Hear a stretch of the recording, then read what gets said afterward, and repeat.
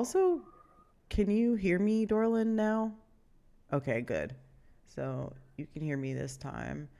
There's just something you got to do to unmute that you figured out last time. Okay, I think you should be able to hear me now. Yes, we can hear you. Sweet. Yay. We Yay. did it. Okay. Hello, everybody. Sheesh. All right. All right. Emma said that. I think Emma's saying that she could hear you. Oh my gosh. Y'all. You gotta be a video ninja to get in this room. Whew. Apparently.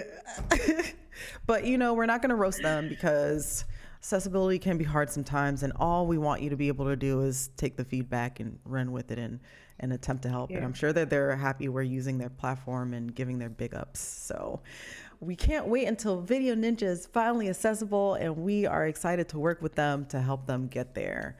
So I'm going to read some of these messages. I don't think we got a lot, but they were just saying they could hear background noise faintly, and that was because they could hear you through my laptop when we're on Zoom.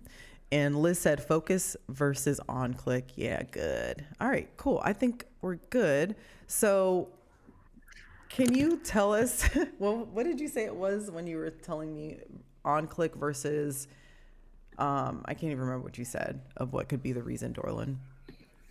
Yeah, I mean, I just remember that one of the things was you needed to make sure when you're making sure things have keyboard access that it's not just on click, but on space and on enter as well. I don't remember how you code that, and I'm sure someone here knows that, and we'll get into that in the WAS portion, I'm sure. But yeah, it Yep. seems like maybe this button is coded as just on click, and that's why you can click it with your mouse, but I am helpless over here with my keyboard.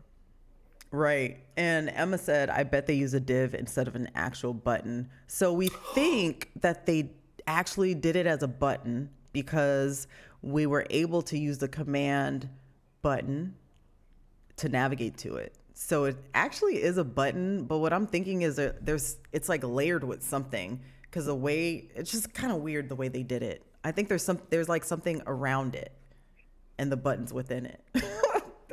I don't know what it is though. I think it's mostly like the on click issue.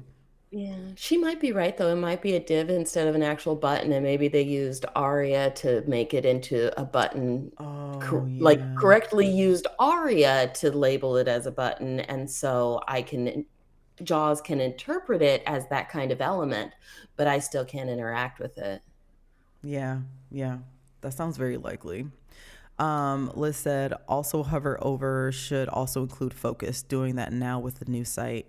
Have a cat on lap one hand typing. Okay, so y'all, this is what we're doing today. We have an ambitious. Oh no! I just realized I left my coffee in the French press and I didn't press it. It's gonna taste crazy. Ah, no! I need that coffee. Anyways, It's just going to be a little extra strong. It's good. gosh, it's been like 20 minutes. Um, oh, Emma said exactly. Div with role equal button would announce as a button, but not include the keyboard behavior. Okay, Oh. huh? Dorlin, look at you, knowing stuff. Okay, sorry. Back to the matter at hand. What we're going to try to do today is we're going to try to review through everything we learned. And we're going to try to go for 3 hours. So, what we're going to do to last these 3 hours is at the top of each hour that we go, we're going to take like a 5 to 8 minute break and then get back to it. I have a personal goal of like completing all of this, even if it takes around 4 hours. But y'all know me, when I'm tired, and we might have a part two or whatever else that may look like. So we'll see how it goes. And if you all want to drop off and come back and then watch it on YouTube, that'll be great too. So I'm gonna keep it real. I really want to get my coffee, so I'll probably do that around 15 minutes in, and then we'll have like a pseudo extra break, or someone could just like read and do Banky while I grab my coffee. But I'm going to start with bringing up our CPAC PowerPoint. And this PowerPoint is here for you all to use. So what I'm going to do is I'm going to copy it and put it in the chat. And if you want to follow along with this PowerPoint, you can. I am ashamed to say I'm pretty sure that this is accessible and that I did my headings and stuff right, but I didn't really pay close attention to it because I wasn't planning on sharing it. So I apologize if there's something funky going on with that. And I'm almost sure that there is no alt text on this because it was just for me. Sorry about that too. I'll go in and fix this at a later date because this is kind of impromptu that I'm sharing it, I should say. All right, so that's the link. This only goes to, I think once I get to laws, I stopped and I used Hilda's PowerPoint after that. So I don't know if Hilda, that's her personal PowerPoint, if she wants to share it or not, but we'll even see if we get that far today. But hers was extremely thorough and very long. I think it was like 70 slides or something like that, and super helpful. So I see a couple of y'all are in here on this PowerPoint. You can absolutely positively roast me on how accessible this is because I would love that. All right, so the other thing we're going to do is if you're here with us and you're actually learning and studying for the CPAC, I want you to take your Anki out and have that up on the screen because we're going to make Anki questions together. The other thing we're going to do is we're going to actually look at the CPAC's website and sign up for the test. So just looking at the chat, is anyone here actually taking the test this month, next month, or in January? Just out of curiosity. And Hilda, are you taking, when are you taking the test? I'm planning to take it this month, so I have to sign up and take it towards the end of the tail of, I guess, when that period for taking the test will be. Okay, so maybe good to see what that looks like. I'm wondering if I should do that now or get started with a little bit of it, but I kind of want to just look at it really fast, the website. I won't actually sign up or anything, but we'll look at the website really quickly so that I can have it up myself and I could just apply at some point and put my credit card information and all that good stuff. Dorlin, what was your plan? My plan is to sign up and take it by the end of this testing period. I'm curious for when we pull it up to see exactly what the last date was in December that you could take the test, as well as the last day in November you could sign up. Because I think it's maybe November 21st or something you could sign up till, and then there's test dates through like mid-December. So I was thinking I was probably going to try and test early. Actually, gosh, I'm going to leave town probably late November, actually. Yeah, That's when I'm going to try and sign up for it. Wow. Okay. I also just remembered I'm like visiting my mom at the end of November for her birthday, so I really have to figure out these dates.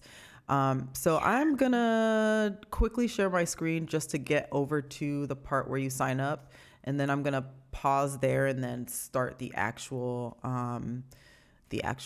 review itself. So while I'm doing that, everyone who's here, who's serious and really about it, just bring up all the things that you need to study, whether that be Anki, physical cards that you're writing on, or Quizlet, whatever you want to use.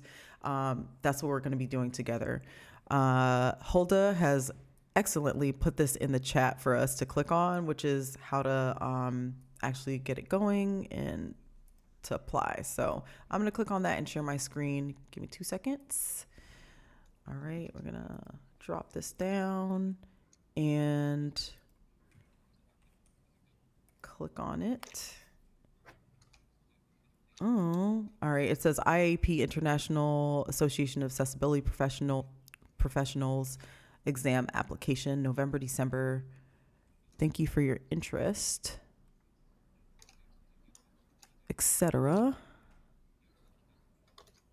Let's see. I'm going to only read stuff that matters. There's a lot on here. And I'm going to also put this in the Video Ninja chat so that Dorlin can look at this. Dang.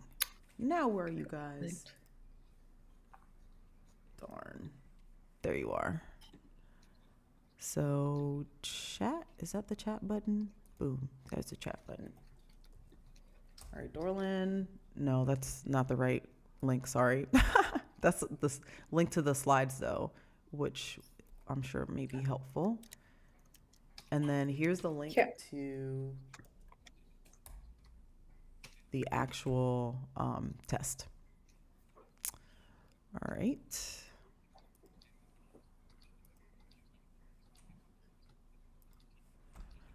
Okay, so candidate contact information is this? Oh, there's a lot we have to do. Okay, now I see. So some people in the Discord were talking about this sign up and how it was a little strange. And now that I see how long it is and how much information's on here, we're gonna come back to this and may or may not roast it. But let's get started because this looks like it's gonna take a little bit longer than I thought it would to kind of get through. It looks like a whole thing. And I'm also curious, I kind of want to put voiceover on and see if it works with voiceover, but I'm kind of rusty on voiceover. All right, let's actually get started, y'all.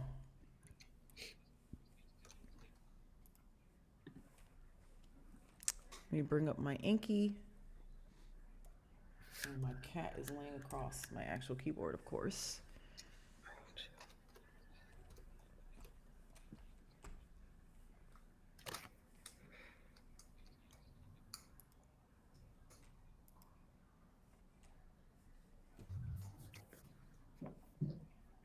All right, here's Anki, and we're gonna go to the CPACC, and I have 20 cards. So what we're gonna do is we're gonna review these 20 cards right now together. Let's just see what we have and see if we can answer it is really what we're gonna do.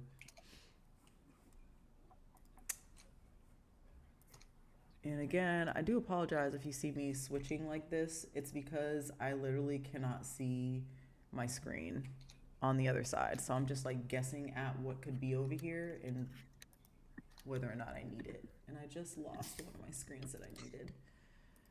So it's gonna be a little bit of a janky day, unfortunately. Yeah, it is. Oh my God, this is like embarrassing. Okay, boom. I think this is what I need. Is this the CPACC right here? Jeez, no, this is not it, but we're gonna use it. I'm just gonna get rid of this.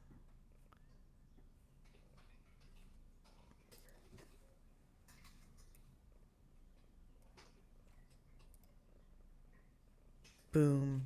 All right, so I'm gonna hit study now and I'll read this out loud. And if you're in the chat, please participate and see if you can figure out any of these with us. So I'll let the chat have some time to think of what the answer is before blurting it out, maybe about 30 seconds. And then we'll move on. It's probably going to be kind of meta looking at my stream play while we look at this, but it's the only way that I can see the chat. All right.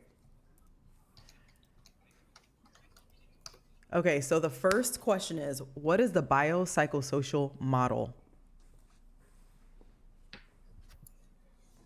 I remember this one. Do you guys remember this one? Yeah. I like this one. Yeah, I'm like, this is when it was nice and easy. This is the best. What is the biopsychosocial model? And OBS. I think I'm gonna change this to this screen. It's a little better. Maybe. Let's do properties.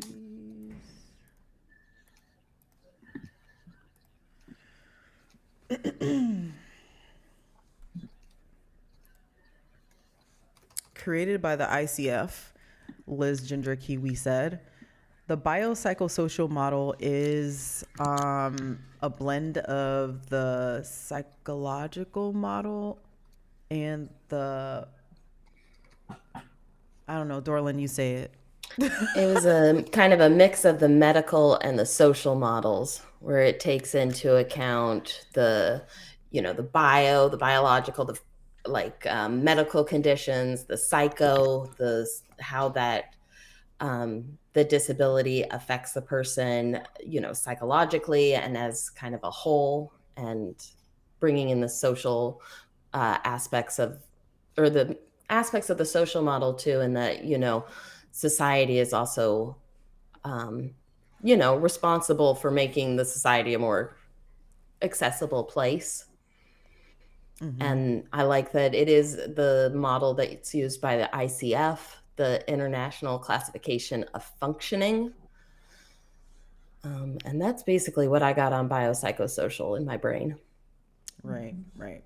I guess a good way to remember is bio is really like biological, which is the medical model. And then the psycho part is that psychology part. Perfect. Liz said combines biology, medical, psychological, and social aspects, which I think is the best one because it combines everything together rather than leaving something out and then making you feel like something's missing here. All right, let's go on to the next one.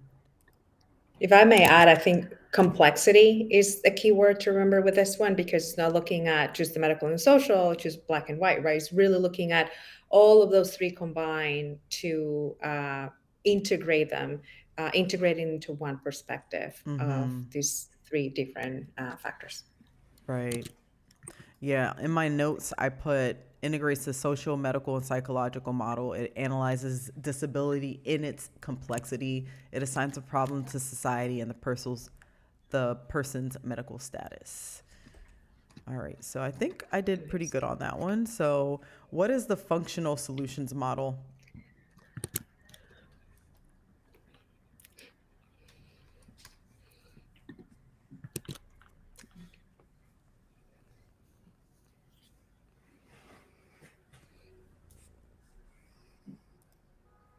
OT. Liz said OT. It is OT. It's literally OT. It's the first. I was waiting for something. The first thing that pops in my mind now with functional solutions model is Africa, because you used to be an OT, and when we first went over this one, I think when we said what's functional solutions model, you said it's me. So remember that one. Occupational therapy, and what's the other phrase for this one? Results oriented. Right.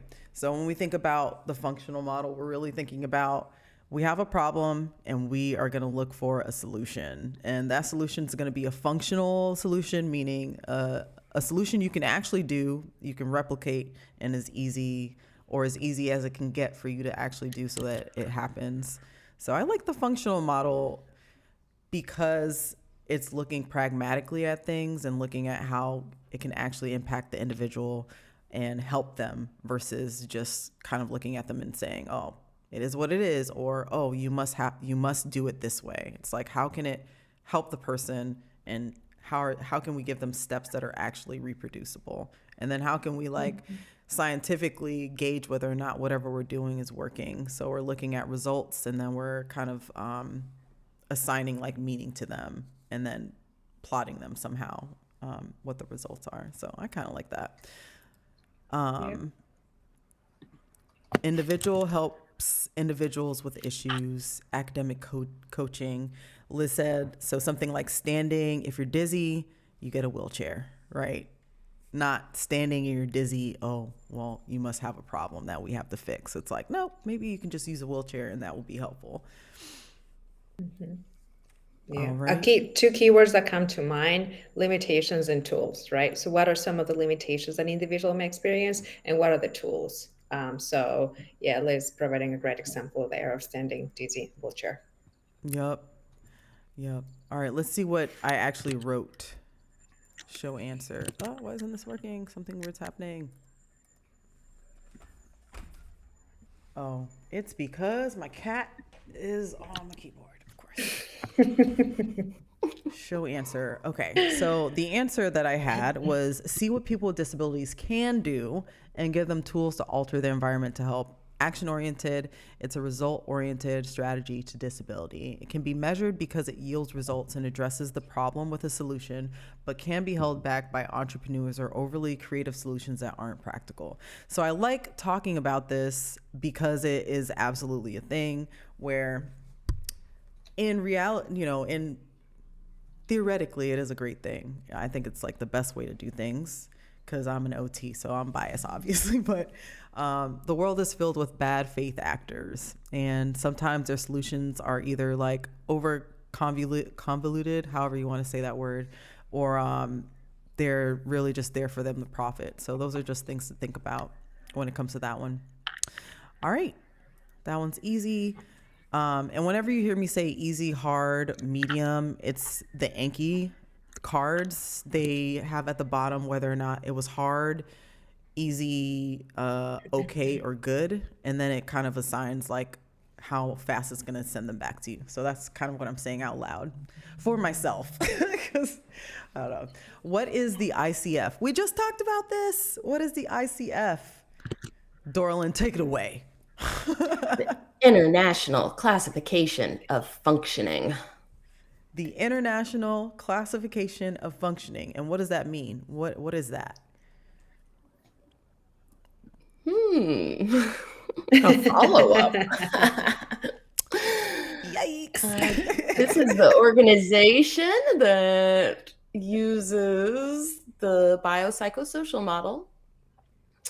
That's the tie-in I've got.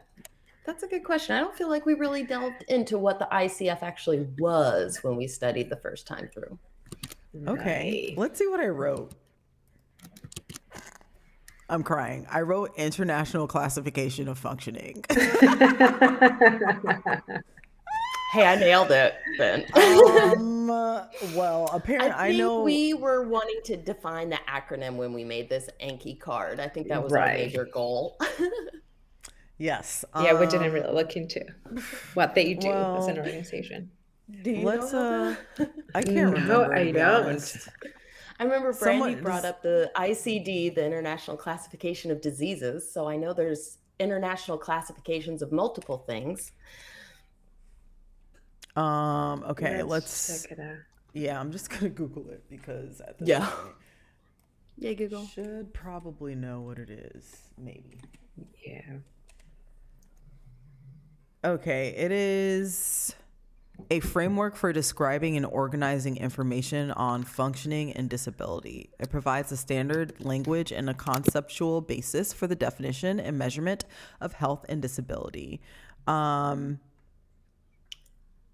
And I believe it was officially endorsed by all 191 WHO member states, basically. So it's a World Health Organization thing ish. And that's also what Liz wrote, I think, in the comments. Liz wrote, published by the World Health Org, the WHO framework for measuring health and disability at both individual and population levels. And then she also put in the chat a link for the standards and classifications of functioning, disability, and health for anyone interested. Thank you, Liz. We appreciate you so much. All right, Man, so I this just one I'm learned going to something put today. what's hard. WHO. Does ICF. All right, y'all. What's the charity model?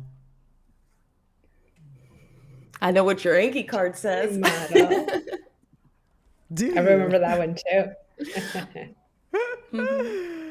Oh, All man. those poor disabled people. Yeah, I mean, that's all you have to know. That's literally it. And my thing says, all those poor disabled folks. Oh, folks. All right, we're going to put easy on that one, and we're not going to elaborate because we have so much more to elaborate on. How many people have vision impairments? This was one that was like a little weird for us. How many people have vision impairments? Not how many people are blind. Right. This is a vision impairments, runs the gambit of everything from correctable to low vision, which is uncorrectable, to blindness. This number encompasses it all. Right. I remember it was in the millions. Mm-mm. I think it was, no? Oh, then I'm thinking of everything. I'm thinking both blind and low vision, but we're focusing on low vision. This, if I recall correctly, this is the number that blew my mind.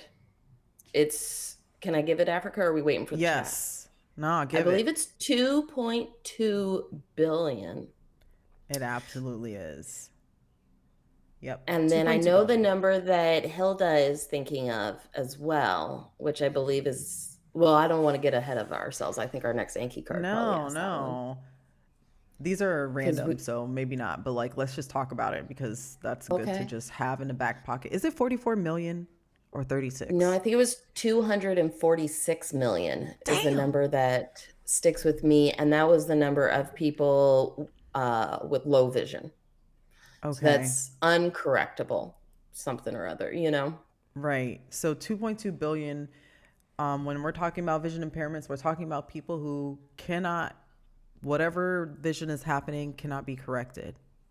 No, so vision impairment here, it encompasses everything, including those um, uncorrected refractive errors, which we looked up and found out was like a catch-all for everything from short-sighted or like nearsighted, far-sighted, astigmatism, everything that can be corrected with glasses and contact lenses as we know it, or simple surgeries like cataracts, Okay. to low vision, which are things that cannot be corrected with glasses or surgery, to blindness. So this number encompasses all of that, the 2.2 Right. billion. Okay. So to be clear, vision impairments include everything, including those that you can correct. When we talk about low vision, we're talking about things that cannot be corrected. And then when we're talking about blind, we're talking about total vision loss. It doesn't actually right? have to be total vision loss with blindness. Legally blind is like 20, 2200 vision. So like, you know how 20 vision, it's 20 by 200 is like the legally blind limit. But like, I think 2400 or 2500 is like completely blackout though. So Gotcha. even legally blind has a spectrum, you know. Gotcha. Okay. Good distinction to remember in general. Vision impairment, everyone. Low vision cannot be corrected. Blindness on a spectrum, but for the most part, at least 20% of your vision is that the right way to say that? I feel like that's not right.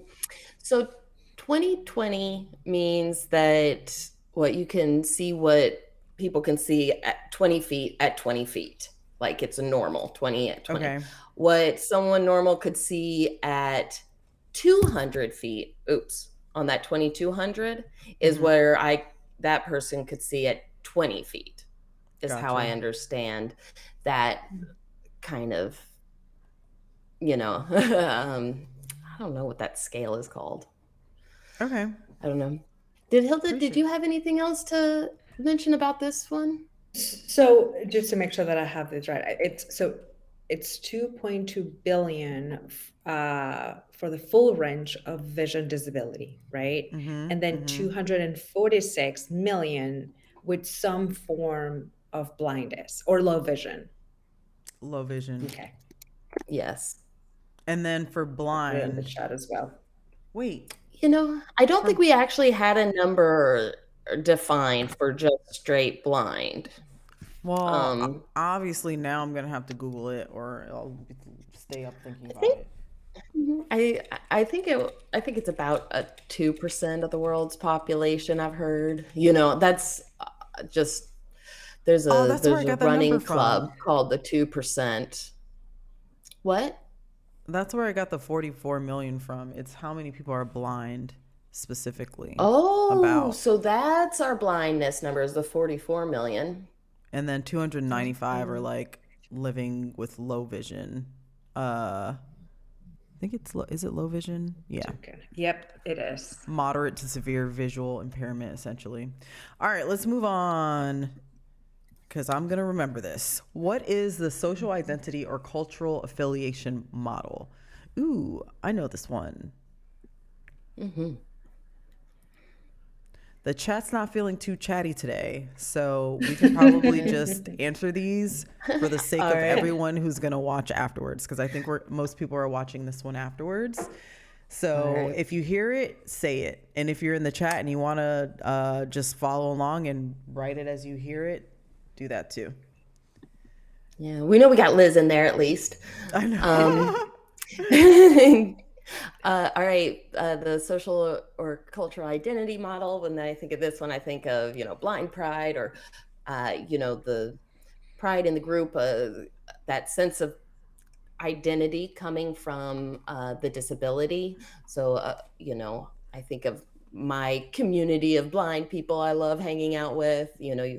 This is where we brought up deaf culture and signing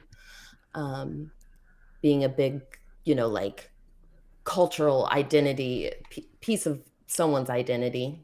And then I think the limitations on this are that it can be exclusionary, both to those without the disability and those who maybe don't quite fit the definition of that disability to the T. So that's what I got. Right. I just thought of something that could be helpful. I'm going to try to keep my screen on this big display with our pictures, and you can see the chat pop up pretty prominently on this side. So Hulda, if you don't mind, if I don't do it, as we're asking the question, can you put it in the chat so that it can pop up visually? Oop, Absolutely, you got it. I'm sorry, I think my thing is like connected to my phone. I don't know if you can hear that, but let me go get it.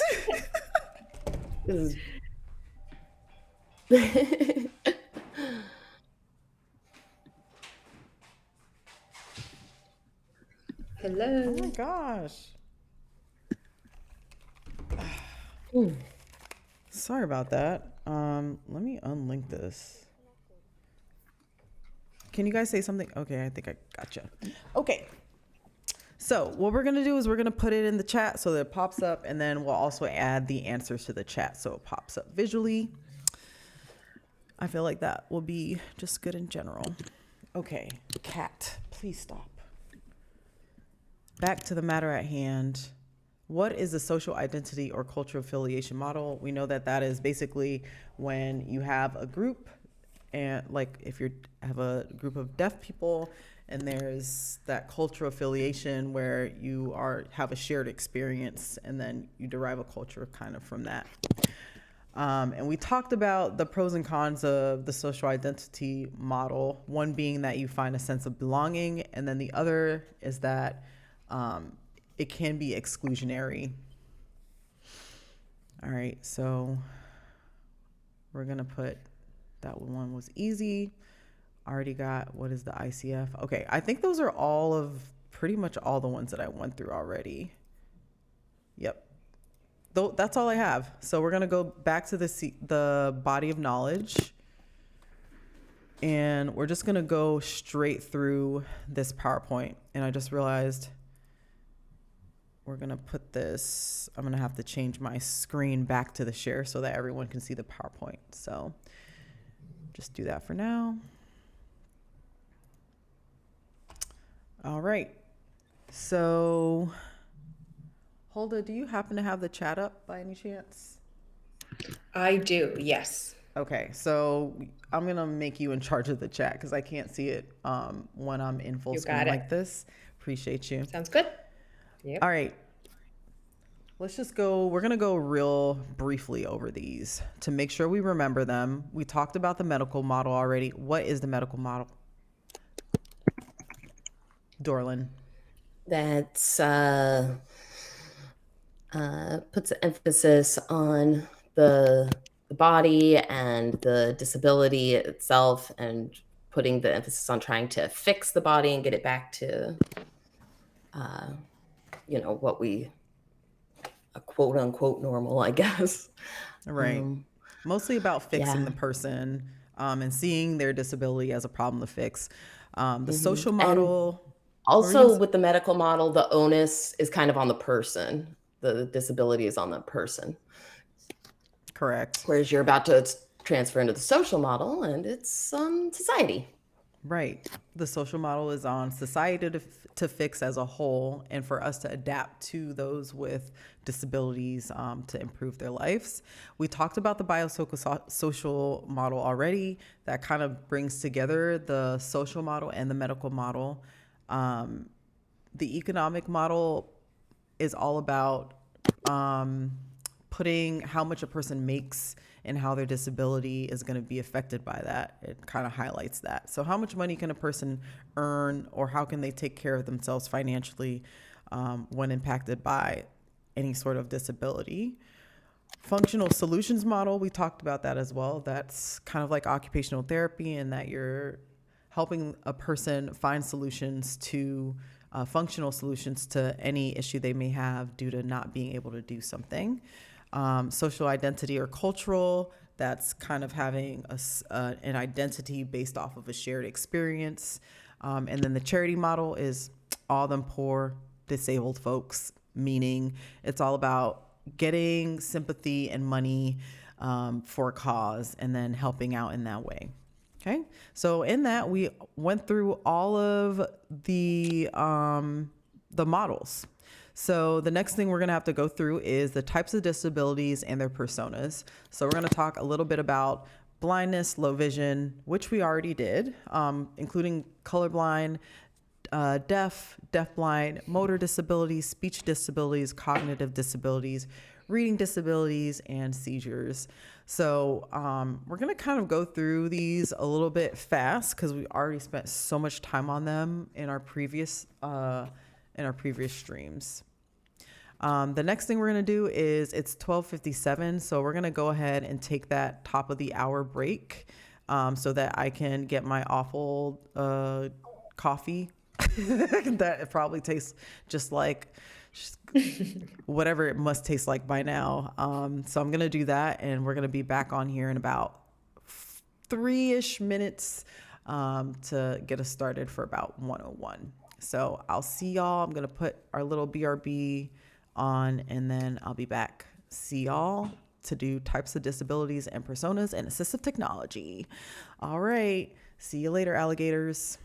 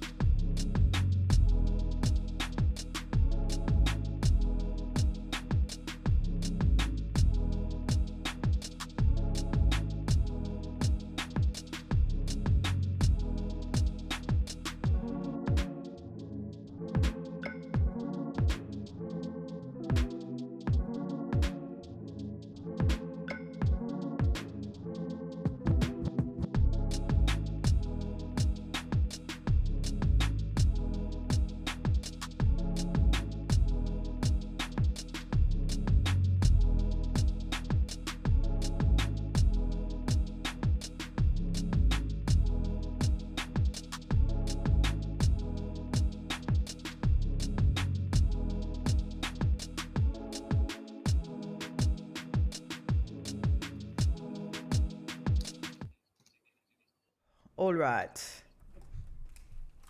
We're back.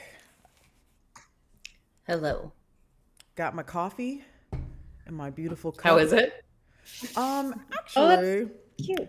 I don't drink my coffee black. I drink it with creamer, delicious oat milk creamer, pumpkin spice to be exact. Yummy. So to me, it just tastes like delicious pumpkin spice coffee. And maybe it doesn't matter how long you leave your coffee grounds on the French press because it doesn't taste any stronger than it usually does. Ah, what is that design there you have Oh my gosh, this is my on your mug? favorite. This is I think I explained it to Dorlin once, but it's a bunch of different women with of different colors, sitting and standing with a bunch of different plants. So it's just I love like the plants. background is pink, and then it's like 20 different looking like dark light skinned women with curly straight hair, just all kinds of women you can think of, and they're all like in their living rooms sitting on these cool chairs or like little bohemian rugs drinking coffee and holding plants. It's the best. I I love it. love that design. That's actually making me Yeah. think of my plans. I'm traveling and my husband's taking care of my 17 plants, and Oh my hopefully they gosh. will all be alive when I come back. I counted my plants and I have like 28. I love plants. It's crazy. Oh man. Yay. Okay.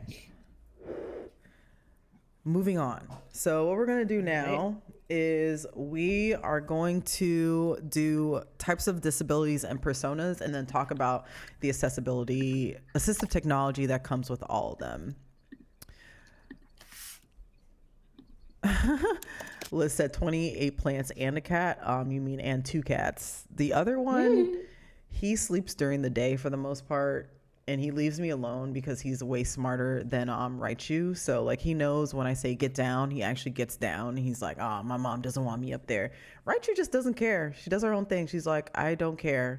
I will be on here, and you can take me off as much as you want. So I just let her. I'm just like, I give up. I don't have a heart to like keep doing that. Anyways, let's get started. I'm going to share my screen. We're going to do the CPACC body of knowledge, and Hilda will be looking at the chat to help us out if anyone has any questions or says anything. Yeah. So the way that I want to do this is I want to go slide by slide and just make one card. Let's see how many slides we have. Gosh, 81 slides. We'll see if that makes sense. But that's how I'm going to start this out. We'll make the card. And as I make the card, Hilda will put the question that we come up with in the chat. And then I think that will make a good viewing later experience. Maybe. We'll see how it goes. All right.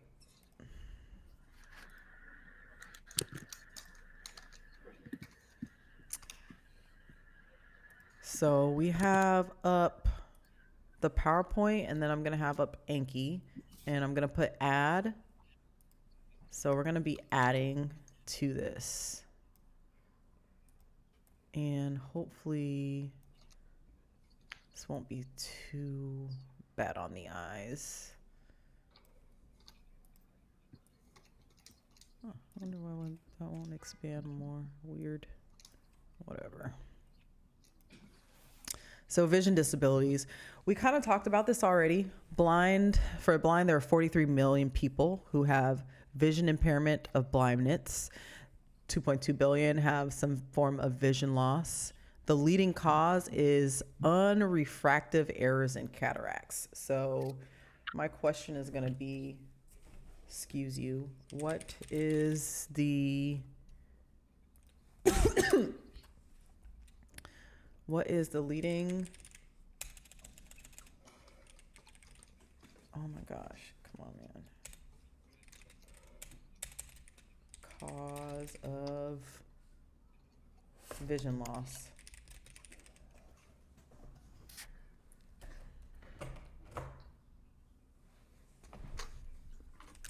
And we know that the answer is uncorrective refractive Errors.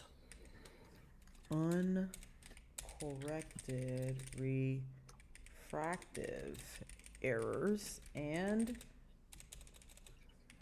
cataracts. Cataracts. All right. As I say every time, y'all know if you see any spelling errors, sorry. Low vision. We talked about it already. Uncorrected vision that interferes with daily life. That's for 246 million people, or 3.5 of the world's population. We didn't talk about color blindness. I'm probably not going to make a card for this for myself, but the most common color that comes with color blindness is red green. Actually, I'll put that in there. And 1 in 12 males are colorblind, which is why it's like such a big thing. And 1 in 200 females are colorblind. A lot of people are colorblind and they don't know that they're colorblind until very specific things happen to them and they learn later in life that they're colorblind. So my question is going to be, what is the most common color blindness, I guess? And that answer is red, green color. We're going to move on.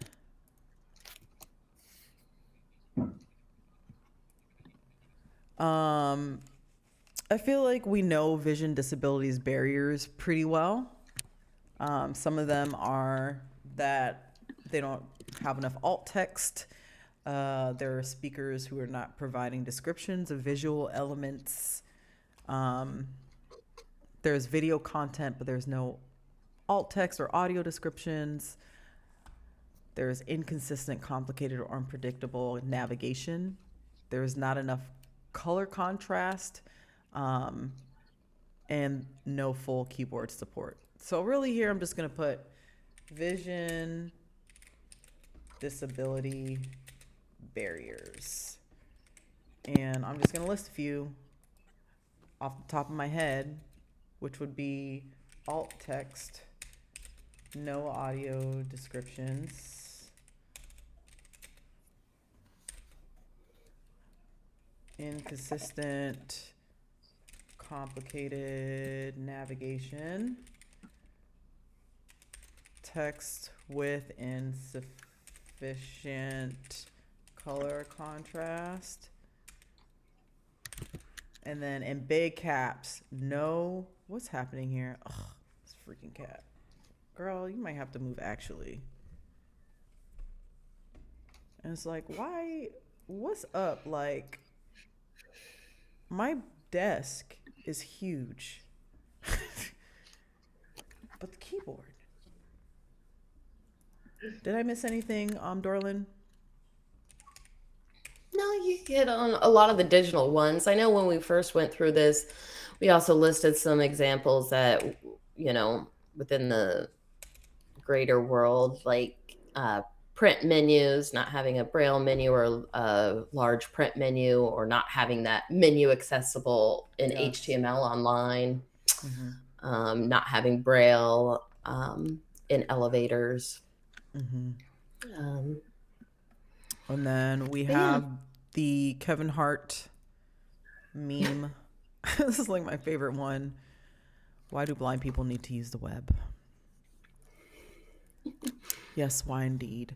All right, so I think we're pretty good with that one. As far as assistive technology goes, let's jump to assistive technology. All right. And as to jump to that, Liz is saying you need to get her own cat keyboard. I agree. You know what? Someone has said that before, and I actually I have 2 keyboards. She only uses the one that I'm using. I think it's like an emotional thing. Like, she's just like, oh, you're over here typing, so I'm gonna be over here too. But I have 2. To be part of that. Yeah, I think it's like just literally a connection thing. Like, cats are so extra. Let's talk about assistive technology. We know about it in general, But what we need to distinguish is the difference between assistive technology and adaptive strategies. So, what is the difference, chat? Anyone? My question is, what is the difference between assistive tech and adaptive strategies? And if I'm typing in text, it's my cat's fault because that's where her head is.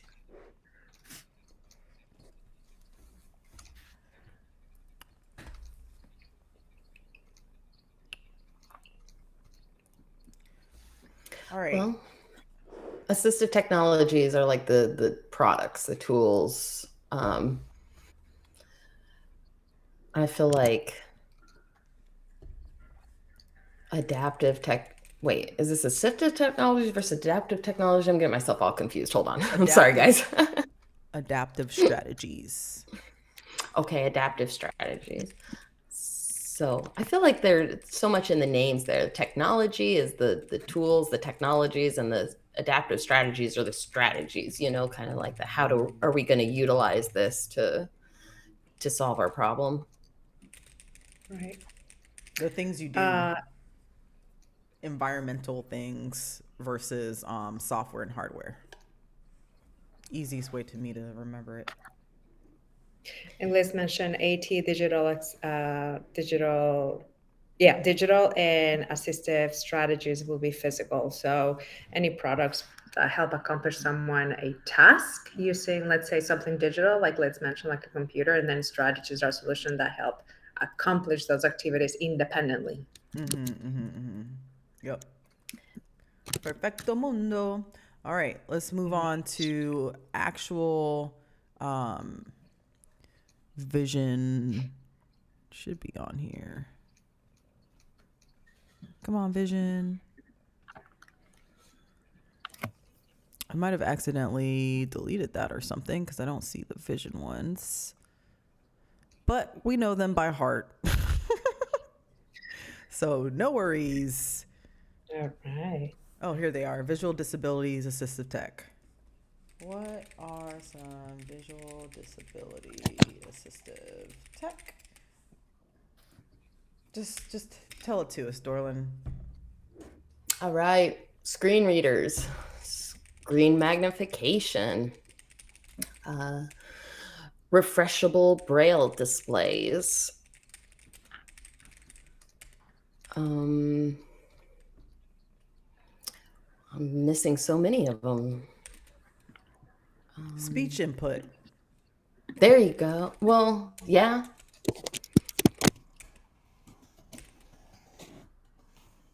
Color contrast adjusting software. There you go. All right, let's talk about adaptations. What are some adaptive strategies for visual disabilities?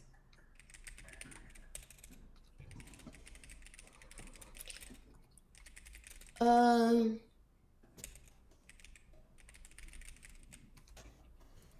guess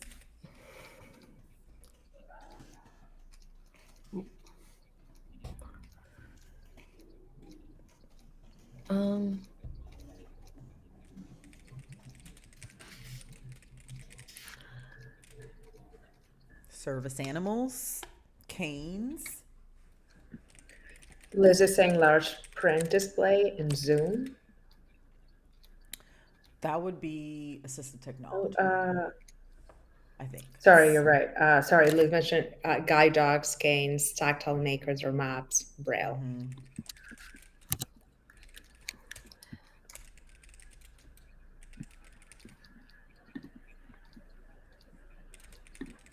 Or just large print paper. It's also what Liz mentioned as well. Large print paper. That's a good one.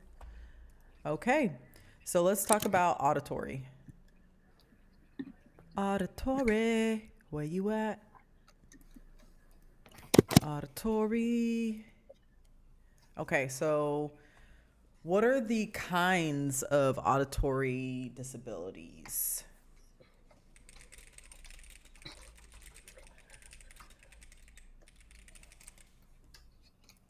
We have deafness, hard of hearing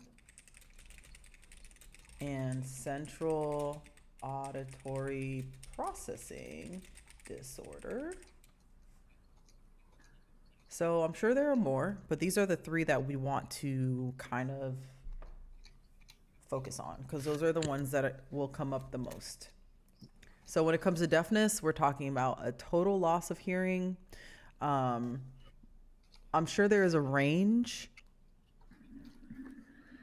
I wonder if there's a range like there is for blindness, but my understanding is deafness means that you mostly can't hear anything, and you use sign language or some type of like lip reading. Hard of hearing is some type of loss period, but it's from mild to severe. You can use hearing aids. And then central auditory processing disorder is just having difficulty hearing and understanding speech. You don't have any hearing loss, but something's happening in your processing nervous system where the wires are crossed a little. So it's not really an ability to not hear, it's an ability to not understand. So you're not understanding what's being said, even though you can hear it. So locating sound, understanding what someone says, and responding in a timely manner may be difficult. I know for myself, if someone's talking to me and more than one thing's happening in the background, I can't process it. So if I hear something or if I hear an echo or a phone or something, I've completely lost what the person's saying. Other things can be someone may say something to me and I don't understand what they said at first, and I say, huh? And then by the time I say, huh, I realize what they said. I'm like, oh, I just needed to give myself a second. So that's central processing disorder. That's right. And Liz mentioned, yes. Oops, sorry. And Liz just mentioned deafness or deaf, HOH, hard of hearing, and CAPD, which, as you mentioned, central auditory processing disorder. And hard of hearing includes, I'm gonna botch this word, tinnitus, a ringing in ears that impairs hearing, and hearing loss can be in a certain range or overall. And also Emma mentioned that when you ask someone 3 times to repeat something and still don't understand, just smile and nod. Yes. I've gotten really good at just pretending to understand what someone says, honestly. I do it all day and I'm just like, damn, I hope it wasn't important. And then for my friends, they're just like, they're just used to me being like, huh? And then me being like, can you say that slowly, please? Or just being like, I actually cannot hear you right now. You may have to wait. All right. Auditory barriers. What are some auditory barriers?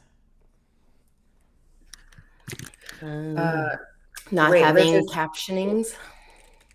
Yep. Liz is saying, are you all frozen or is it me? I think. Let me see. Okay. Emma, not frozen for me. Oh. You all look fine to me.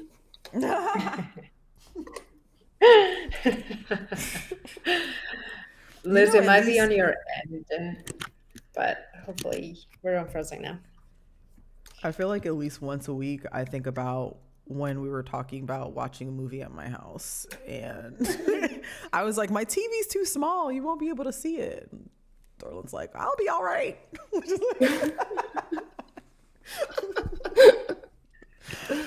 Oh man. Auditory barriers. Speakers who are in a large area with no amplification, no sign language interpretation, loud competing sounds, websites that require voice for interaction or understanding. I think that's something people don't think about. Video presentations without captions or translations, and media players that don't have caption, volume, color, or size options. And I'm not going to make that into a card for me because I think I can remember that. Oh my goodness. Or captions that get written over what's already on the screen. I just saw a thread on this online where people were complaining about the captioning reading, speaking foreign language over the translation of that foreign language that was already within the video. And so they couldn't read the translation. They just were told that there was a foreign language being spoken. It's like, oh gosh, what a fail.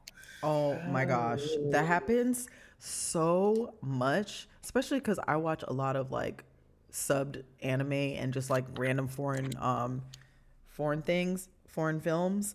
Um and I can't like I have captions because it's hard for me to process what people are saying on a TV. So if there's no captions, I'm just like I get 50% of it. But that happens so often where it just like the whole text is just blacked over what I actually need to read. And I'm like, no. That Because there happened to my wasn't really a mom. human there. Go ahead. Yeah, that happened to my mom with her regular TV where she had the captions, showing, but overlaying something on top of it was just like a blackout caption that wouldn't move. So it took some technical figuring it out, but they can be annoying and not accessible. Yeah. Let me make this bigger. So maybe if I. What the heck? That didn't help. That's weird. Oh, maybe if I select this. Sorry, I'm trying to make this bigger so that. Nope, that's not helping. It's just making that bigger. All right, whatever. I tried. Let's talk about deaf blindness. Deaf blindness is a rare condition. And the main thing to remember for deafblind is they use touch. And that it is also a spectrum. Most people who are deafblind are not completely deaf and completely blind. Right. Most are not completely deaf or blind. And this is between 0.2 to 2% of the population. So their barriers are pretty much the same as blind and deaf. Just remember that. I mean, common sense kind of would And dictate. add them together. Yeah, just add them together. All right, let's move on to speech disabilities. Speech disabilities can be mild. You got a speech impediment of some kind. Is that a bad word now? Speech impediment. Do we still say that? Good question. I think so. Right? Now I'm just second guessing everything. Oh, I know. Every word that comes out of my mouth these days, I'm like, oh. Seriously. Actually, I'm surprised at how, not surprised, but I feel really good about second guessing what I'm saying now in a weird way. Because now I'm just like, Yeah. I'm really thinking about what I'm saying instead of just saying it, which is a nice change. The whole point of it, I think, thinking about, Right. like in Just being disability aware. etiquette as we went through. Yeah. And caring. Not being on autopilot. There you go. All right. Speech disabilities. This could be slurred speech or a complete inability to speak. This could be due to cognitive or physical disabilities. It also could include being able to read or write or understand language, which is usually cognitive or motoric. And basically the biggest barrier here would be a lack of text-based alternative for speech communication. So not having that available. Nettle speech. This is obviously some type of typo, so I don't know what I was trying to say here. But I'm guessing this was supposed to say no speech or something like that. But no speech mutism, inability to speak due to brain, emotional trauma, or speech muscles not working. That's just like having no speech at all.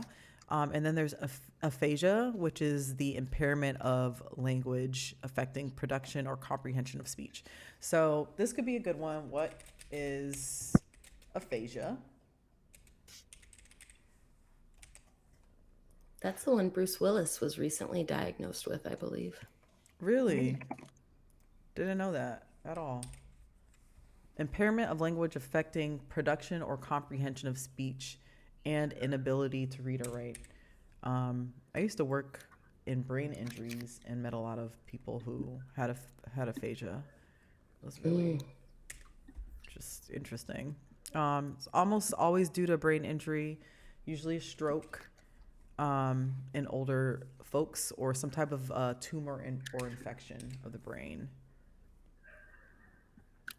And it's really interesting to see someone be able to, like, just, it's just like one part is missing, right? They can still kind of, sometimes they can speak, sometimes they can't speak, but then they can't write.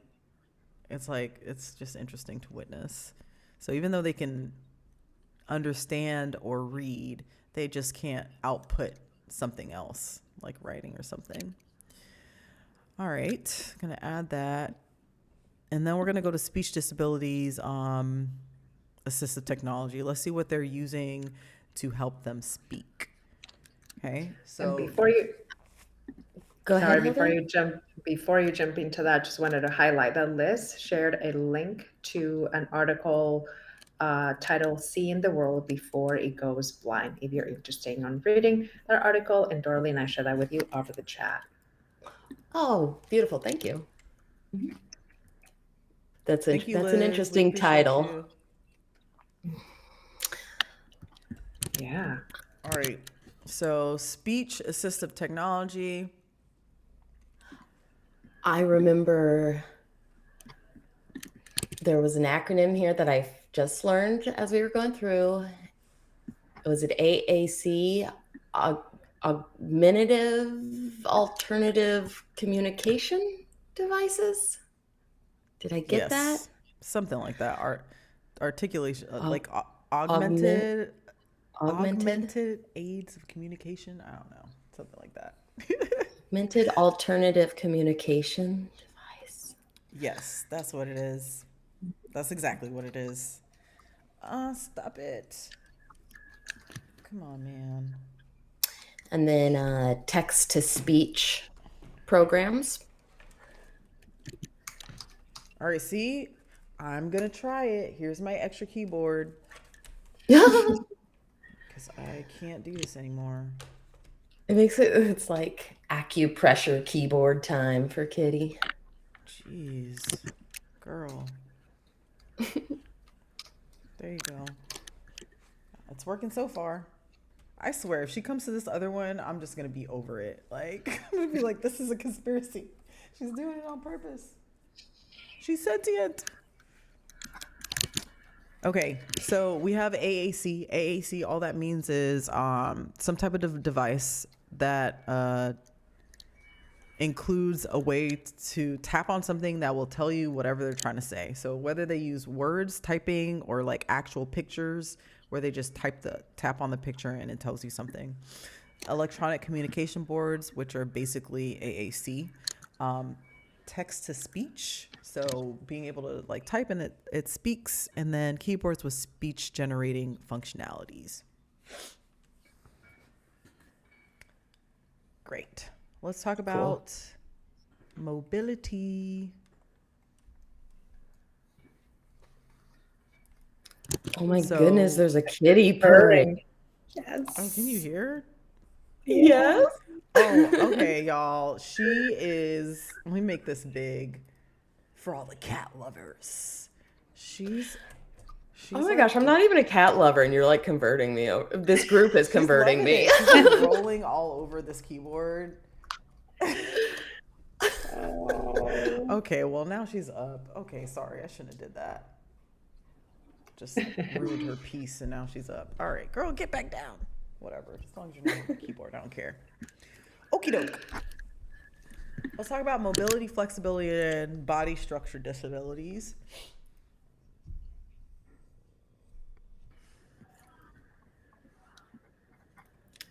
All right. So this includes manual dexterity, fine motor loss, ambulation difficulties, muscle fatigue, body or size or shape, upper, lower limb loss disabilities. And what are the barriers? Quite a few. Mostly having to do with not being able to use a keyboard to access things. Things like pop-ups on the screen that don't give you enough time to like press something before something else happens. We talked about a lot of them. Do you guys remember any of the other ones that were barriers? Yeah, definitely the timeout, giving people enough time. We talked about target size. Gestures, tapping.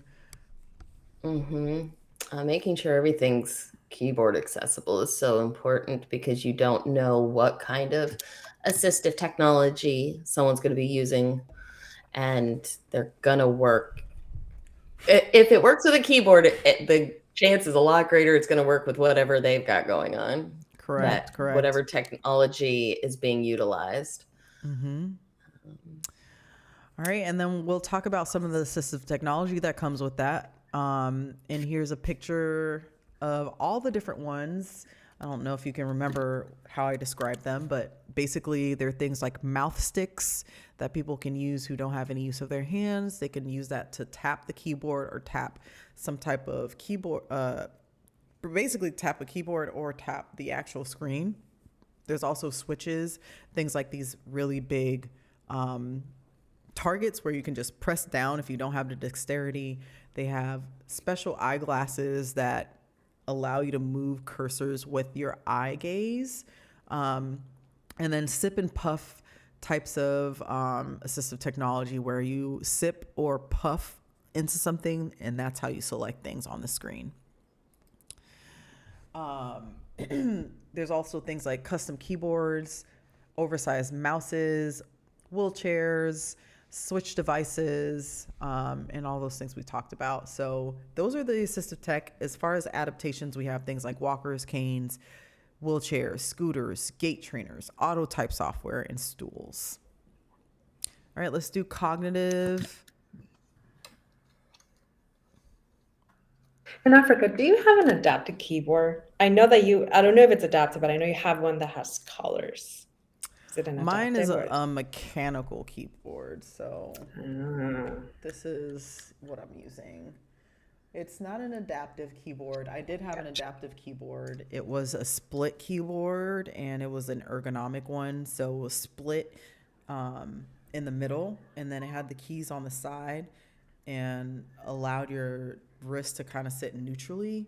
It was really cool, but I gave it away because someone, an older family member who actually had carpal tunnel, like I have carpal tunnel that flares up every so often, but they were much older, and I took it to Jamaica with me, and they were like, "Oh my God, that's amazing!" And I was like, I'm just gonna leave this here for you," and ended up just getting a mechanical keyboard, which I really like.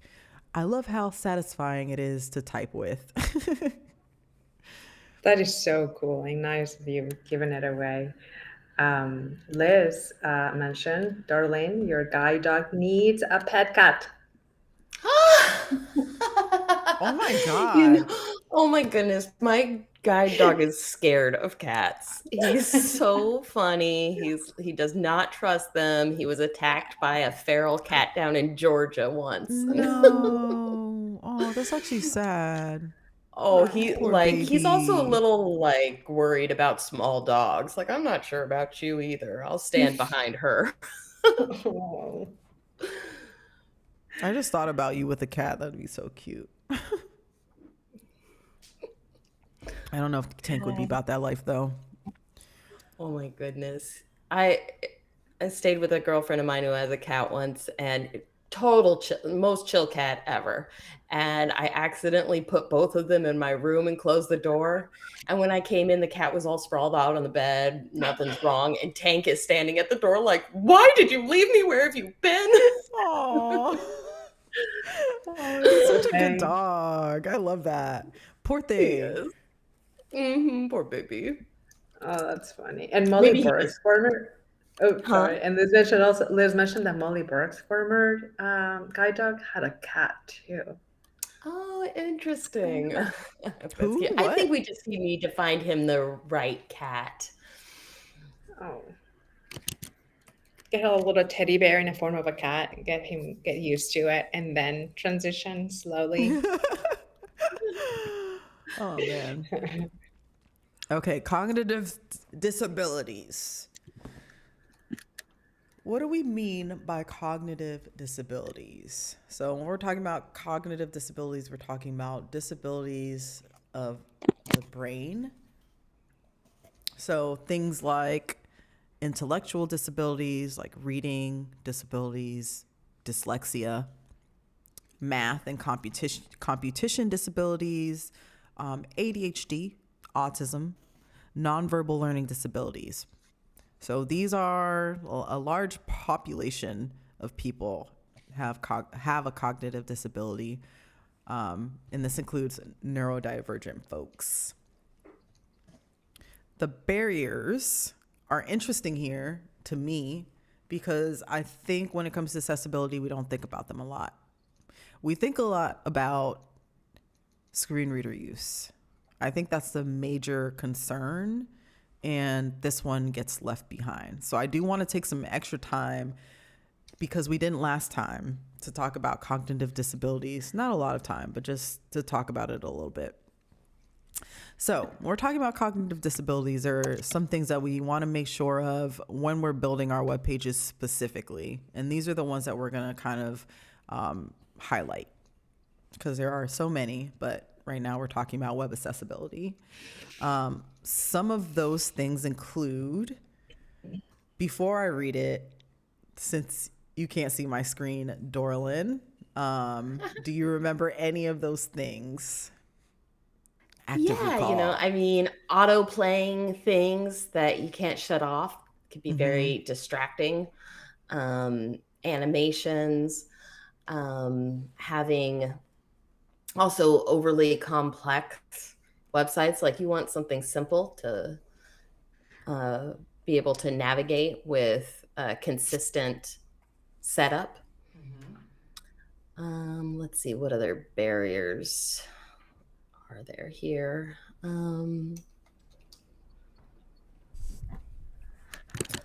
think those flashing ones, the things that are going to distract, are the ones that really are flashing in my mind.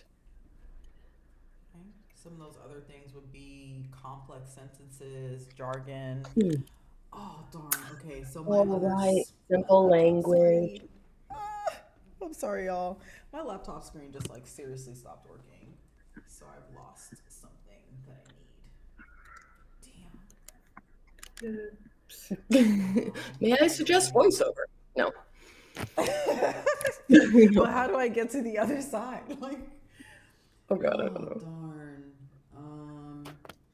Oh no. Okay. Damn. I didn't think this was gonna happen. Well, I guess we're stuck on whatever screen we're gonna be stuck on, which is this one. Because I can't get to my other screen. Oh, it's not ideal for sure. All right. Anyways, And, and as part of this topic, just want to share that Liz shared a link, an autism video on YouTube. And she also mentioned predictability prefers reduced motion in code. Define acronyms before using them. Like an example would be Web Accessibility Specialist, define it, and then in parentheses, AWS.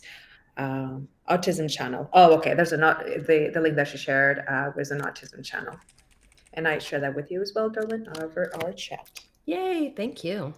You got it. That was the chat master today. Have your help out here.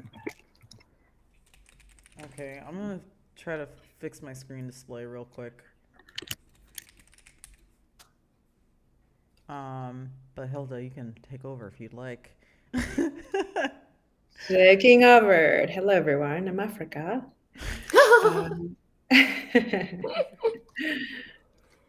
But yeah. Wait, what happened? You lost something? My laptop screen fully broke.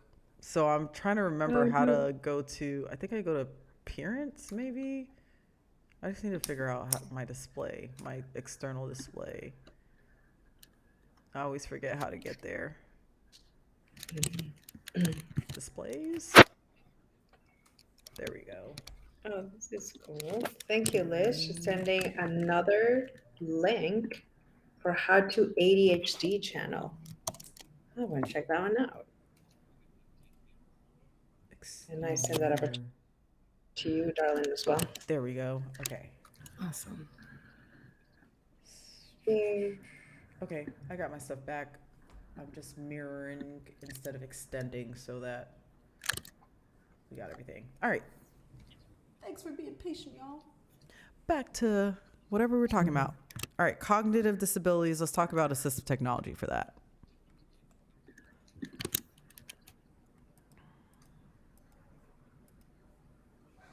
So as far as assistive technology goes, we have things like word prediction. So something to think about is also on top of word prediction is having form fields that can auto populate from whatever people have saved. Simplified interfaces, so nothing too crazy going on, keeping that navigation real simple. Simplified content, not having a bunch of stuff all over. Having the ability to use an AAC device with whatever web page they're on. Synchronized speech and highlighting, visual, audio, alternatives to text, and signage messages and instructions. All right. So as far as adaptive strategies, direct and immediate help for communication, allowing adequate time to exchange information. This is a huge one. So this could be both verbally and for someone filling out something on a web page, just allowing more time. So if the screen times out at 5 and needs to refresh, you give adequate time for the person to be able to do that and to respond to that. Low-tech message boards, computerized voice output, and sensitized speech. All right, so seizures and disabilities.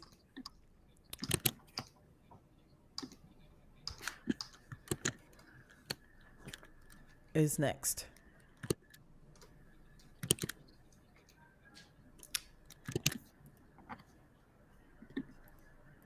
Okay, so with seizures, I remember we need to remember two different ones specifically.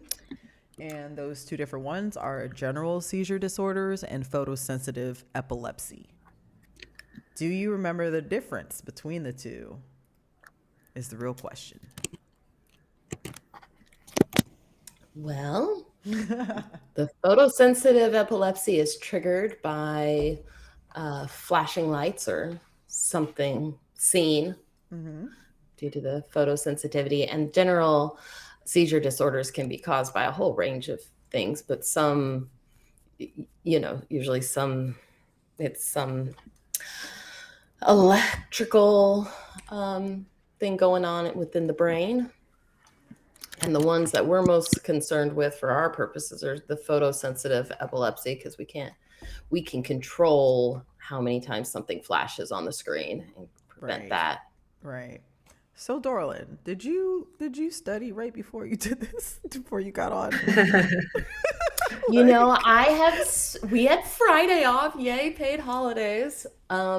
And I watched a bunch of I just had our YouTube videos play in the background as I was like cleaning and doing other things. So, yay for our study group. Yeah, man. Okay. I'm like, cause you like word for word on this thing. Like, oh, really?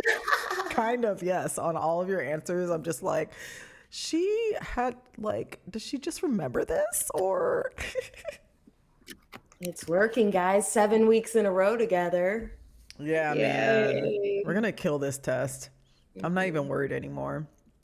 All right. Seizures. And Liz also mentioned general and photo. It's a trigger. So photo can be caused by non-moving things like certain patterns. I think this is why the disability pride flag was changed. Oh, really? I didn't know that. To more. Oh, you're right. To more inclusive colors. Remember to see something about that.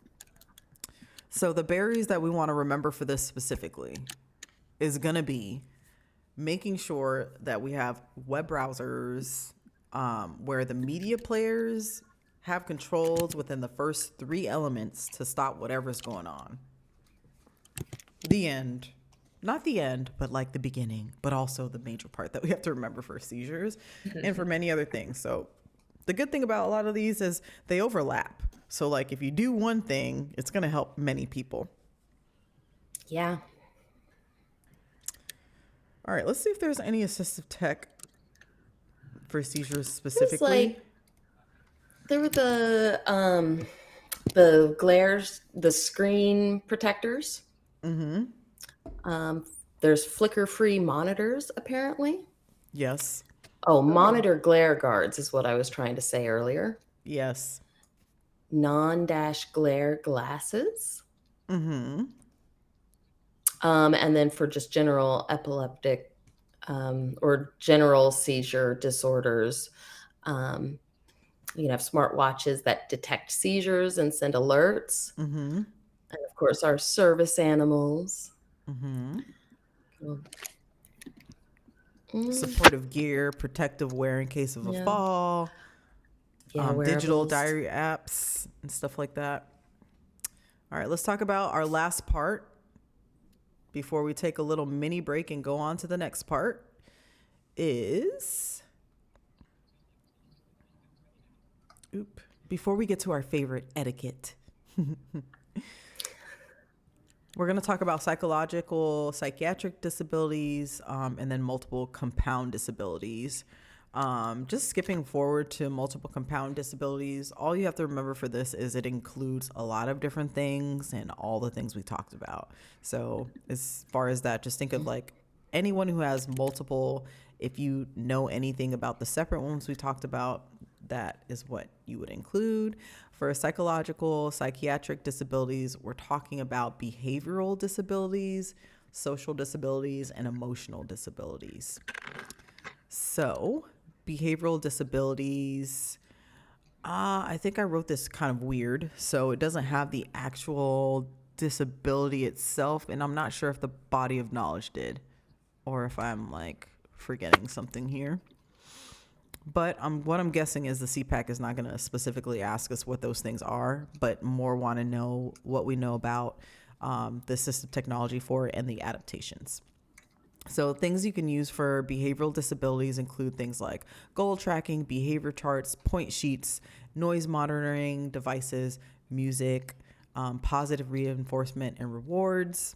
Social disabilities would be things like social anxiety and things like that. So apps with mood, stress, and anxiety management functions, guided meditation.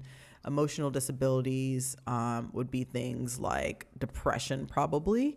So text-to-speech software for people who are feeling, like they don't want to talk, reminder devices, voice recognition software, noise monitoring devices, things like that.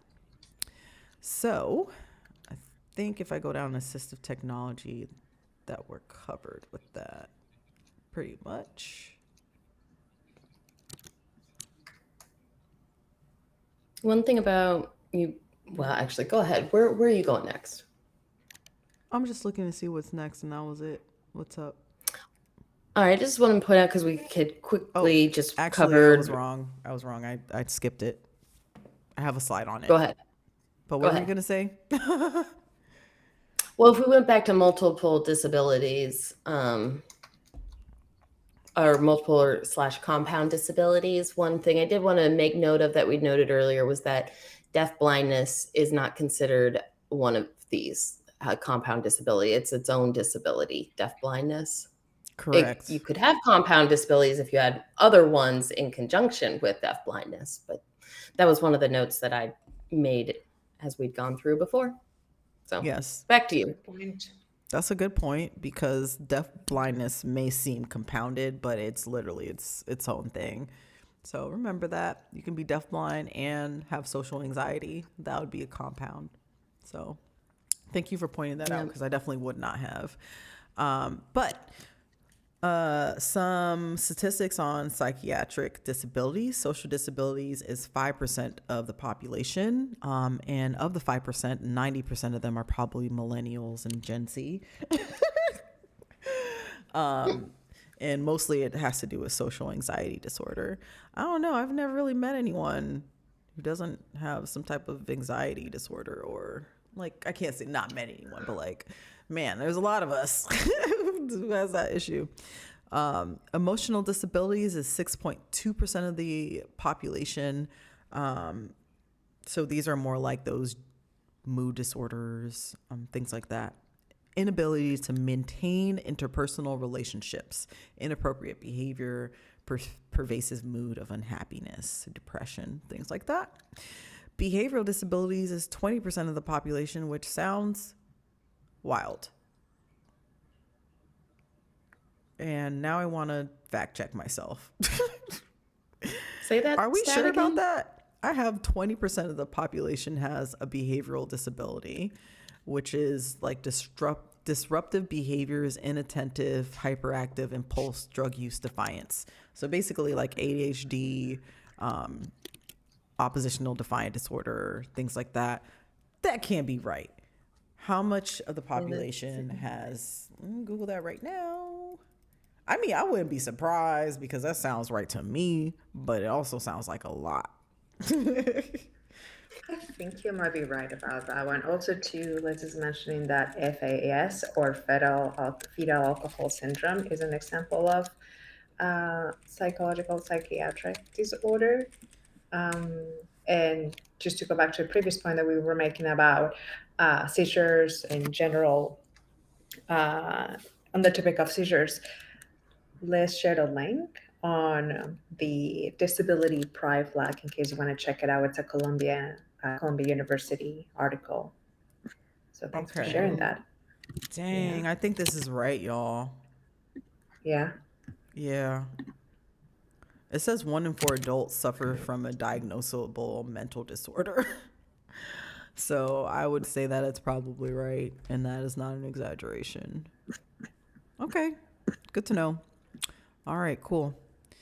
Well, we've got all of that. So that means that we have another break for our top of the hour. We're going to go over after this disability etiquette, which will be very fast. Accessibility and universal design. Why did we take so long to go over disability etiquette? I'm missing some slides. Because we had so much fun, I think.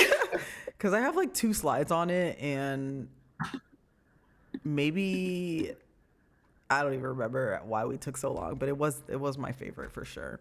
Then we're going to go over accessibility and universal design. We won't spend a lot of time on etiquette. You just have to watch the stream for that if you really want to watch our best stream. I think that was our best one for sure.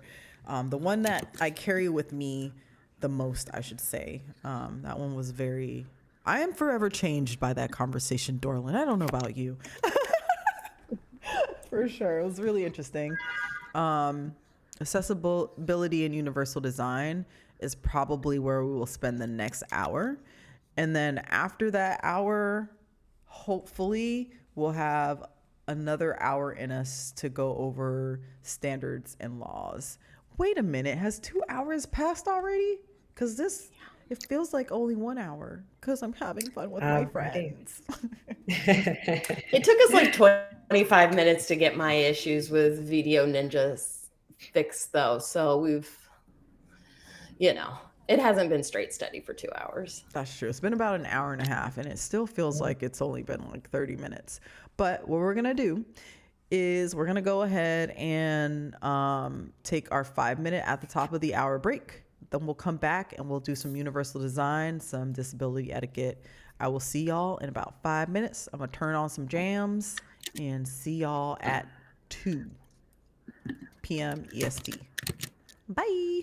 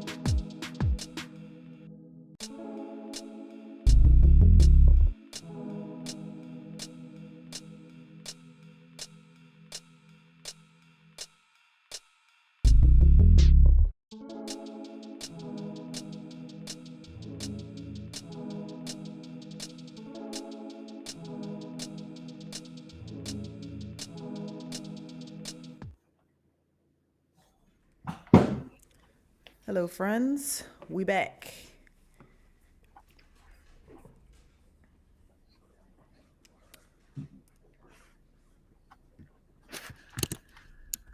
Hope you enjoyed your break.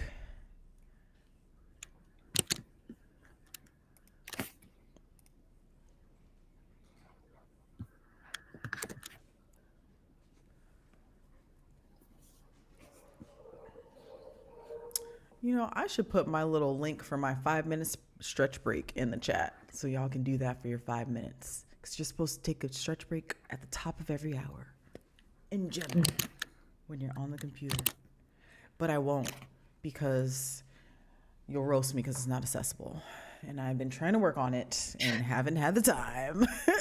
This is not a live website. It's just my personal project. And I need to get back to like actually trying to make it accessible. You'd be very sad to hear, Dorlin, that there is no alternative text on like the actual stretches because there's like 60 of them, and I just haven't gone in to like specifically explain what's happening. And then, oh my gosh, embarrassingly enough, wait, did I fix my hamburger menu? I'm pretty sure I have a hamburger menu that's not keyboard accessible. Gagging literally at myself, and the fact I'm gonna fix it ASAP. Okay, that's what I'm gonna be working on over the break, my friends. Maybe I'll live. I was supposed to live stream it like earlier this year, and then life got ahead of me. But I really want to start working on it again now that we're actually going to be learning the accessible coding part. But if you're curious and want to check it out, since you're already here, it's called www.yourstretchbreak.com, and don't look at it, Dorlin. I mean, you can. It's mostly accessible, but like it's not at all because the main part, there's no instructions on how to do what I'm doing. But I have to like go in.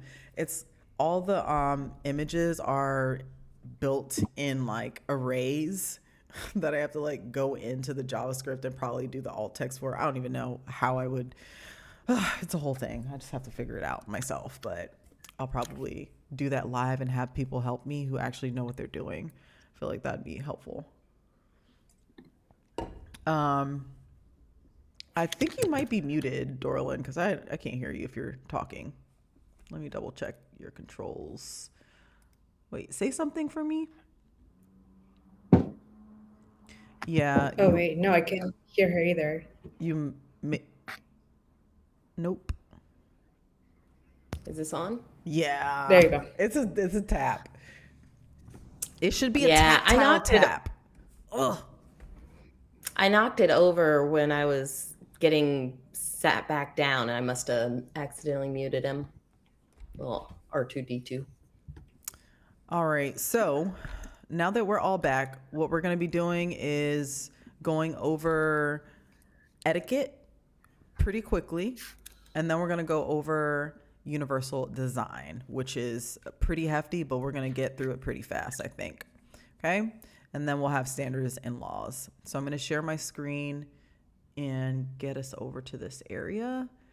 And this is probably where I'll start doing cards again, I think, for Inky. Cool. All right. Disability etiquette. How should we approach, talk to, and interact with people with disabilities? Great question. Like they're people. Oh my God, are you serious? There was some good movement in Discord. There's a lot going on in Discord, but I will say I was able to listen to a video someone put in there about disability etiquette. It was a good one. If everyone gets in there, it's like a 3-minute video. Thanks to whoever put that in there. It was maybe Emma or Liz. Was that in the resources area? I don't know what channel I was in. Me and Discord, I don't even know. So this is our Discord page that I have up already. If you're not part of our Discord and you would like to be a part of it, I'm just going to go ahead and put it in the chat. Let's see if it's going to let me click. Streamer mode is enabled. I don't know what that means, but okay. It's not letting me do what I want to do in streamer mode, apparently. So maybe if I make it smaller. Oop, what's happening? I don't know. My Discord just killed itself, I guess. Like, it's not working. But since I can't do that, at some point I'll put the Discord in there. But if you go on resources, Grace Snow put in the best video I've seen yet on disability etiquette. Grace, I don't think she usually comes during the live streams. She watches them afterwards. But she's been putting She's put some great resources. Yeah, a lot of good resources in here. All right. So then disability etiquette, real quick. You know, people with disabilities are people. So we talk to them, not the person they're with, no matter who that person might be. If it's an interpreter, you're still going to be talking to the person you're talking to, not facing the interpreter. Let's see. Like the ask, don't grab, but Yes, big. not making assumptions, and trying to think before you act or speak. I think it's so important here. Right. And if you're not sure, ask. Just, what is the best way to help you out, or what can I do, or, just don't push someone. If someone's in a wheelchair, just don't assume that, that's their personal space. That's a good one. People's mobility devices and their assistive technologies, whatever it is, that's their space. Don't touch it. Wheelchairs, canes, guide dogs, service dogs. Avoid referring to people by their disability. I think that's a pretty good one. Or don't introduce someone as their disability is another good one. So like my deaf friend, that probably should be, this is my friend. And if it makes sense, right, or in context, you're adding to it for a reason, then you can do that. Yeah, people first language, right? People first language. Yes. We did talk about that. And also talking to people and finding what their preferred language is, because I'm a blind person. That's how I like to refer to myself. I'm not a person who is blind. It's more words than I want to put out there. Right. That was why we had such a long discussion about etiquette, because there's so many different ways to address people and everyone's kind of different. So like just figuring out what's offensive to someone that may not be offensive to another person. I think the blind, deaf, and autism community specifically are pretty divided in how they want to be addressed. Some people want to be addressed as autistic or as a person with autism, right? So it's really just asking the person at the end of the day, how would you like to be addressed? What makes you comfortable and makes you feel good? And then sticking to that. Yeah, that nuance, understanding that everyone's different, people are different. I don't know if I use this in this stream or in another thing I've said, but when you've met one blind person, you've met one blind person. Like I'm up here speaking from my personal, experiences, and I'm not speaking on behalf of all blind people over here, which maybe I should say at the beginning of each stream too, just to clarify. But Right. And we were talking about one of the things that I was thinking about a lot, because I was speaking with a blind person about a word that we use at work, which is non-sighted. And I wanted to talk about that a little bit because I had a large epiphany about it. But we do use that word a lot, non-sighted. And I've heard blind people use the term non-sighted as well. But when I used it, someone told me like that is an offensive way to address people. And it really got me thinking. Mostly I was confused because I've heard blind people say it. So I was like, well, this is obviously a divide in which like somebody believes one thing and another person believes another thing. And I couldn't quite put my finger on whether or not it was a good thing. But when someone tells me something's wrong and they're the person affected, I just stop. So I kind of stopped saying it after that. But I was telling Dorlin, I was watching this show on Amazon called Upload, where this man was addressing a group of people, including women, and they were at a retreat, and he was saying, we now include non-men into our fold. And it was like something that clicked for me, where I was like, non-men, like you can't just say women, you know what I mean? And I was like, oh, non-sighted. It feels like the same thing now, and it just like gives me major ick, the thought of calling something non, right, when there is a word for it. I think is a good example of something where it's like, it's kind of like, some people are okay with it, but like when you really think about it, I would just not say it. Certain words are like that. Mm-hmm. Yeah. And for etiquette, take a look at what's happening with Air Canada and wheelchair users lately. They were summoned to the federal government for sucking so badly. It's what Liz mentioned in the comments. Say it again. Wow. So for etiquette, apparently Air Canada, and something going on with Air Canada and wheelchair users. The airlines were summoned to the federal government, I guess, for being really bad at handling probably wheelchair users or users with that use wheelchairs. Airlines They are might really also bad. be really bad at handling the actual wheelchair once the individual's on the God. plane. I have heard so many stories of people's wheelchairs being damaged by the people who are unloading them and loading them off the plane, and they get to their destination and now their mobility device is not working. Yes. It's a big thing. It's down here too. I don't think Air Canada is the only airline that's guilty of that. But and going back to the point of that is a personal an assistive technology or device is an extension of that person. So getting to somewhere maybe new and not being able to use a wheelchair that they feel comfortable with, that is maybe fit or customized to their needs, makes it even worse. Also, Liz mentioned that she might be out of sync. There's I some saw serious that. latency connection issues. And do you know what I was? I think that there's something going on with Twitch because we tried ourselves to go on there and it was kind of weird. I don't know if it's a me thing or if it's a Twitch thing is the only thing. So it's happening for all of us. Hopefully it clears up a little. Also, my headphones batteries are low, so I gotta figure that out. But Emma said I laid on the floor in child's clothes for the break. I should have done that. Okay, so let us know. Also, sorry if are there still issues happening with the latency? Like, can someone describe what's happening just in case we can fix it? I think it's working fine now, both on my phone. Okay, good. And I think, but I'm gonna press play and I will be able to not hear y'all because two things will be happening. But I'm gonna press play really fast just to see if it's working on my end. No.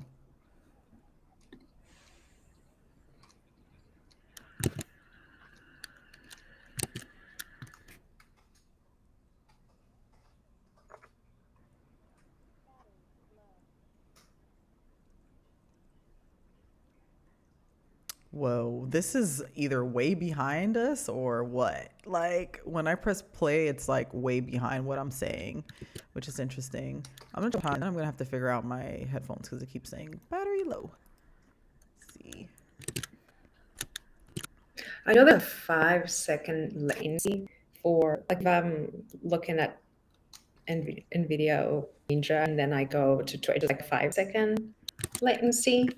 I think it's fine. It It shouldn't looks be like too bad. yeah, fine. Okay, as long as y'all can hear us and we're talking normally, that's fine. But for me, it looks like way behind, and it just means the chat will probably be a little behind of what I'm saying. It's fine. Okay. Tell me if you hear an echo. Unfortunately, my headphones are gonna have to come off because they're dying. So I'm turning them off. And what I'll try to do is mute myself when I can, that you guys hear it. Okay. So regarding that issue with the airline, Sarah Turner said her child was called a salamander and given no replacement wheelchair. So it's dealing with mobility and how users are treated. Oh That's my horrible. That's God, awful. that is appalling. Yeah. Okay, so I think that's it for etiquette. We're not going to get too deep in it because we can get down that rabbit hole. But for the purposes of today, if you're interested in learning a lot more about etiquette, I'm going to put the link to the actual YouTube that we did. I think that might be helpful for anyone curious. And I think that's the stream in which we had most engagement, people saying like this was such a great talk. So I do want to kind of put that in there for y'all. Yeah, we went through each and the kind of do's and don'ts of each in that one. Yeah. My computer is